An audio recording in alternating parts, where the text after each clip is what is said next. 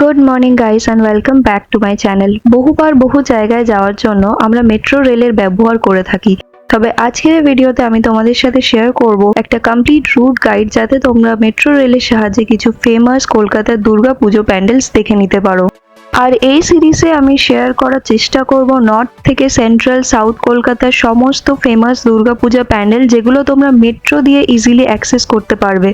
তার সাথে সাথে শেয়ার করে দেবো আমি গুগল ম্যাপসের লোকেশন, যাতে এই প্যান্ডেলগুলোতে যেতে তোমাদের একদম প্রবলেম না হয়। আজকে আমরা দেখব মাস্টারদা সূর্যা সেন এবং নেতাজির কিছু দুর্গাপুজো।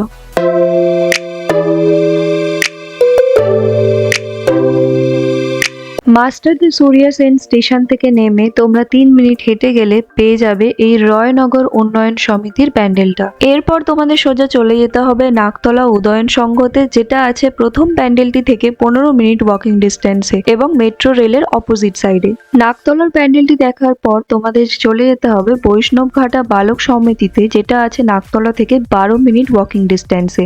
এরপর 7 মিনিট হেঁটে তোমাদের নিয়ারেস্ট মেট্রো স্টেশন গীতাঞ্জলিতে চলে যেতে হবে এবং ওখান থেকে তোমরা মেট্রো ধরে চলে আসবে নেতাজিতে। নেতাজি মেট্রো স্টেশন থেকে 15 মিনিটস ডিস্টেন্সে আছে হরিদেবপুর 41 পল্লী। এখান থেকে তোমরা প্যান্ডেল দেখা স্টার্ট করতে পারো। এরপর 3 মিনিট ওয়াকিং ডিস্টেন্সে আছে অজয় সংহতি ক্লাব। এখান থেকে 8 মিনিট হেঁটে গেলে তোমরা পেয়ে যাবে বিবেকানন্দ স্পোর্টিং ক্লাবের পুজোটা। নেক্সট প্যান্ডেলের নাম হরিদেবপুর পঞ্চপাণ্ডব কালচারাল, যেটা আছে 4 মিনিট ওয়াকিং ডিস্টেন্সে।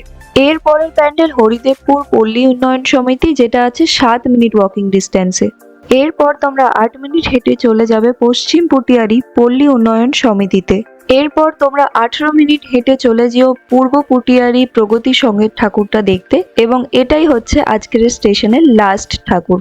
আশা করছি আমার আজকের মেট্রো গাইড ভিডিওটি তোমাদের হেল্পফুল লেগেছে। যদি কোনো ডাউট থেকে থাকে তাহলে কমেন্ট সেকশনে অবশ্যই জিজ্ঞেস করে নিও। ভালো লাগলে ভিডিওটাকে লাইক, শেয়ার আর সাবস্ক্রাইব করে দিও। পরবর্তী মেট্রো স্টেশন রবীন্দ্র সরোবরের ভিডিও নিয়ে খুব শিগগিরই আসছি। ততক্ষণের জন্য টাটা।